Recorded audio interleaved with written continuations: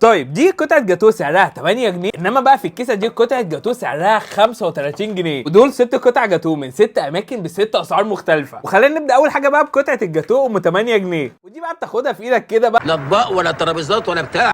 تيبيكال طعم الجاتوه اللي بيوزعوا لنا في الافراح. ونعلى بقى بالسعر زياده 4 جنيه بالسعر 12 جنيه لقطعه الجاتوه. يعني ده كده شكل قطعه الجاتوه.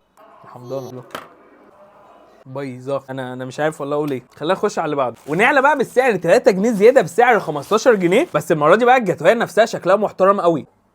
بدأنا كده نحس بنظافه طعم الحاجه، حلوه قوي قوي قوي قوي قوي. خش بقى على اللي بعده بسعر 17 جنيه، وتحسها تورتايه صغيره كده في نفسها، حلو قوي، بس ام 15 احلى الصراحه. نخش بقى على اخر واغلى اتنين معانا بسعر 30 و35 جنيه. هنبدا اول حاجه بام 30 جنيه دي، وهنا بقى لو تاخدوا بالكم فهم حاطين لنا